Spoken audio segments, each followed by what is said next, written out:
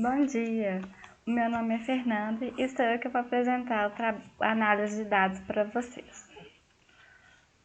Bom, logo de início, nós podemos perceber que o Márcio foi o operador que mais trabalhou e a máquina mais utilizada foi a E5. Em relação às horas trabalhadas, nós temos uma pequena observação, que observamos os dados que nós temos, como nós podemos ver aqui, nós temos o retrabalho. Para mim, retrabalho é trabalho não programado. No entanto, o cliente não nos deu o contexto do retrabalho. E quando se trata de dados, temos que tomar cuidado até com o óbvio. Assim, não levando como certo sem a devida averiguação. Então, eu apenas irei trabalhar com os dados que foram explicitamente pedidos.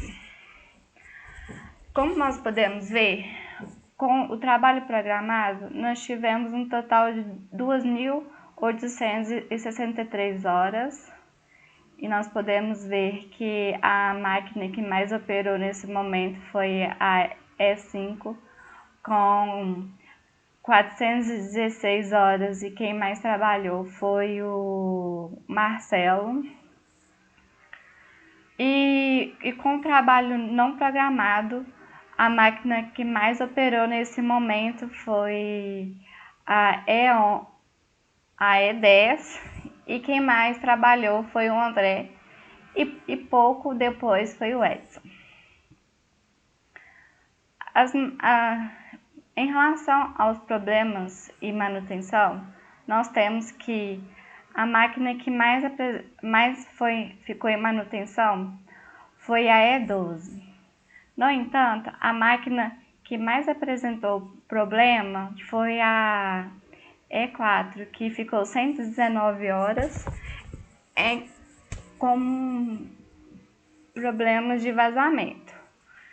E logo depois nós temos o problema de pane elétrica com a máquina E9 ficando 53 horas, problema mecânico com a máquina E9 e o problema de pneu. Tempo de espera. Com o tempo de espera, nós gastamos muito aguardando caixas, e junto com aguardando caixas, nós gastamos muito tempo aguardando material. Com o aguardando caixas com 7,73 horas de total acumulado, e aguardando material com 7,69. Logo depois nós temos o aguardando transporte, instruções e aguardando a finalização. Nós podemos mexer no filtro aqui também. Aguardando caixas. Eu quero saber quais máquinas que mais aguardou. Que nesse foi a AM02 com 4 horas e 80. Aguardando, depois eu quero saber o problema de vazamento, que eu já tinha dito antes que a E04 foi a que mais apresentou problemas no total de problemas, não só de problemas de vazamento. Nós aqui podemos saber também qual máquina o operador mais operou. Por exemplo, eu quero saber qual máquina o Raimundo mais operou. Ele operou mais a E04 com 80 horas. Que o Márcio operou. Ele usou mais a E10.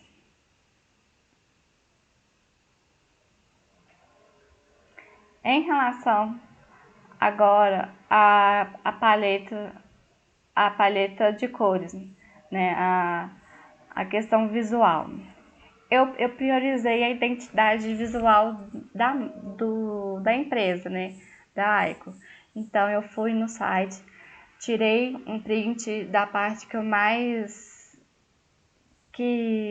mais representava a identidade visual da Aiko, e fui no Adobe Colors e retirei o código das cores, que nós podemos ver que essa é a paleta de cores da empresa. Fiz um sombreado para dar um ar um pouco mais profissional. Agora vamos ao tratamento e relacionamento entre as tabelas. Em relação a isso, as tabelas vieram com um problema de encode, que ela não estava reconhecendo o TF8 e vinha com problema. Então, eu acabei consertando de forma manual, só no estado e no nome que mais apresentou problema.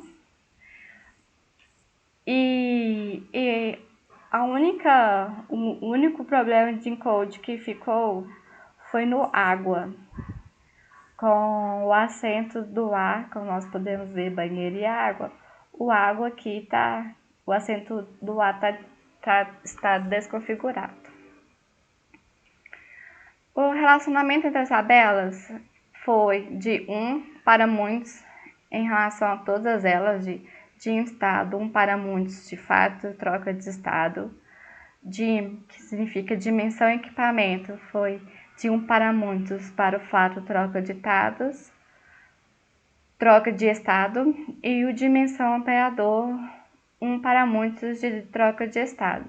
O que significa que nós podemos ter apenas um ID e estado nessa tabela, mas aqui nós podemos ter muitos. E aqui nós podemos fazer as operações.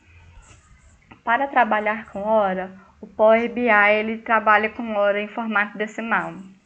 Então, eu calculei a duração de cada operação, calculando o fim menos início, e registrei aqui.